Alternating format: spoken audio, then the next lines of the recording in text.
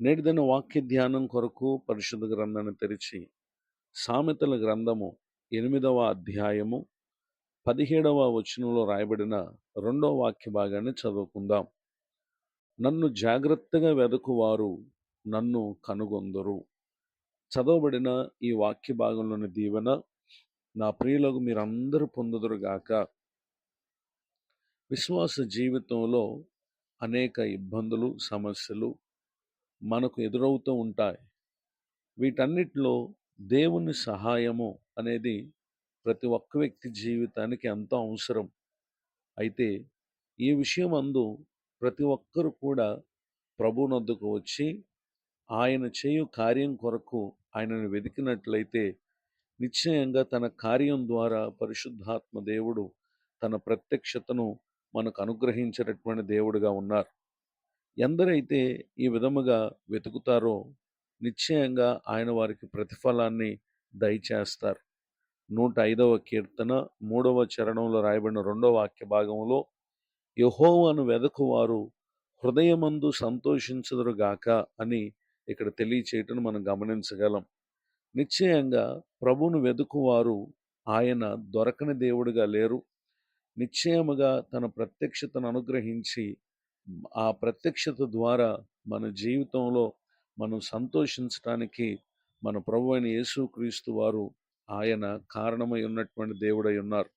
ఆ కారణం చేతనే యేసుక్రీస్తు ప్రభువారు మత్తయి రాసినటువంటి సువార్త 7వ అధ్యాయము 7వ వచనంలో రాయబడినటువంటి వాక్య భాగంలో అడుగుడి మీకు ఇయ్యబడును, వెదకుడి మీకు దొరుకును, తట్టుడి మీకు తీయబడును. 8వ వచనంలో అడుగు ప్రతివాడును పొందును, వెదకువానికి దొరుకును, తట్టువానికి తీయబడును అని ఇక్కడ ప్రభువారు వాగ్దానం చేయటం మనం గమనించగలం.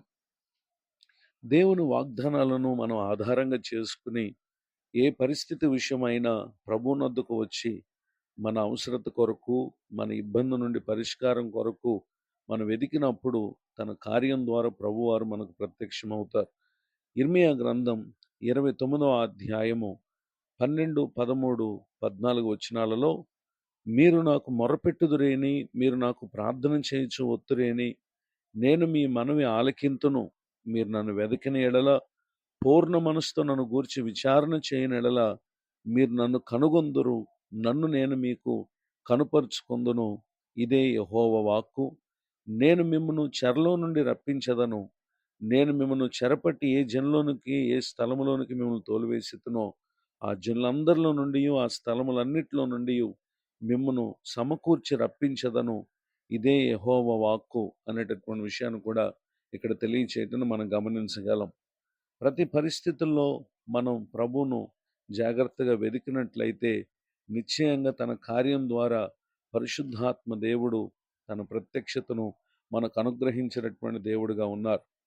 మొదటి దినవృత్తాంతములు 4వ అధ్యాయము 9, 10 వచనాల్లో రాయబడినటువంటి వాక్య భాగంలో వేదన పడి అతని కన్నాను అని చెప్పి అతని తల్లి అతనికి ఎబ్బేజు అని పేరు పెట్టినటువంటి విషయాన్ని ఇక్కడ మనం చూడగలం. ఎబ్బేజు అనేటటువంటి పదానికి వేదన. అయితే వేదన పుత్రుడిగా ఉన్నటువంటి అతడు తన జీవితంలో ఘనత నొందువాడు అవుటకు అతడు జాగ్రత్తగా ప్రభువును వెతికారు. ఆ కారణం చేతనే అతడు ఇశ్రాయేలు దేవుని గురించి మొరపెట్టినటువంటి వ్యక్తిగా తాను పెట్టినటువంటి మొర్రను మనం చూస్తే, నీవు నన్ను నిశ్చయముగా ఆశీర్వదించి నా సరిహద్దును విశాలపరిచి నీ చెయ్యి నాకు తోడుగా ఉండ దయచేసి నాకు కీడు రాకుండా దానిలో నుండి నన్ను తప్పించము అని ప్రార్థింపగా దేవుడు అతడు మనవి చేసిన దానిని అతనికి దయచేసను అని ఇక్కడ మనం చూడగలం. 9వ వచనంలో ఒకప్పుడు అతడు వేదనతో పుత్రుడిగా పిలువబడినటువంటి వాడే, కానీ తన సహోదరులందరికంటే ఘనము పొందిన వాడై ఉన్నటువంటి విషయాన్ని ఇక్కడ తెలియచేయటం మనం గమనించగలం. ఈ విధముగా తమ ప్రతి పరిస్థితుల్లో దేవుని వెతికినటువంటి భక్తులు తమ జీవితంలో ఆశ్చర్యకరమైనటువంటి దేవుని సహాయాన్ని పొందారు. ఈ మాటలు వింటున్నటువంటి మీరును ప్రభువునందు విశ్వాసం ఉంచండి, జాగ్రత్తగా ప్రభువును వెదకండి. నిశ్చయంగా ఆయన తన కార్యం చేత మీకు తన ప్రత్యక్షతను అనుగ్రహించే దేవుడుగా ఉన్నారు. మీరు అనుభవించే ప్రతి పరిస్థితి నుండి మిమ్మల్ని విడిపించి మీకు మేలు చేసేటటువంటి దేవుడిగా ఉన్నారు. మీకు సంతోషాన్ని, సమాధానాన్ని అనుగ్రహించేటటువంటి దేవుడిగా ఉన్నారు. ఈ దీవెనలకు నా ప్రియులకు మీరు పాత్రలు కావాలని కోరుతూ ఈ మాటలు ముగిస్తున్నాను. ప్రార్థన. కృపగలిగిన మా తండ్రి, మీకు వందనాలు. నేడు విన్న ఈ మాటలు మా ప్రియుల హృదయాలలో ఫలింప చేయండి. కృంగిన స్థితిలో వేదనతో ఉన్నటువంటి వారు మీ యొద్దకు వచ్చి మిమ్మల్ని జాగ్రత్తగా వెదికి మీ యొద్ద నుండి వచ్చు ఘనత, దీవెన, ఆశీర్వాదం పొందటానికి సహాయం చేయండి. మరి యొక్క నూతన సంవత్సర దయాకిరీటాన్ని పొందిన మా ప్రియులను దీవించండి. దైవజనులను, వారి కుటుంబాన్ని, సేవా పరిచయను ఆశీర్వదించండి. నేటి తన దీవెనలు సమస్త విషయాలు మా ప్రియులకు అనుగ్రహించి మేలు చేయమని యేసు క్రీస్తు నామములో ప్రార్థిస్తున్నాను తండ్రి. ఆమెన్. తండ్రి, కుమార, పరిశుద్ధాత్మ దేవుడితోడే నడిపించునుగాక. ఆమెన్.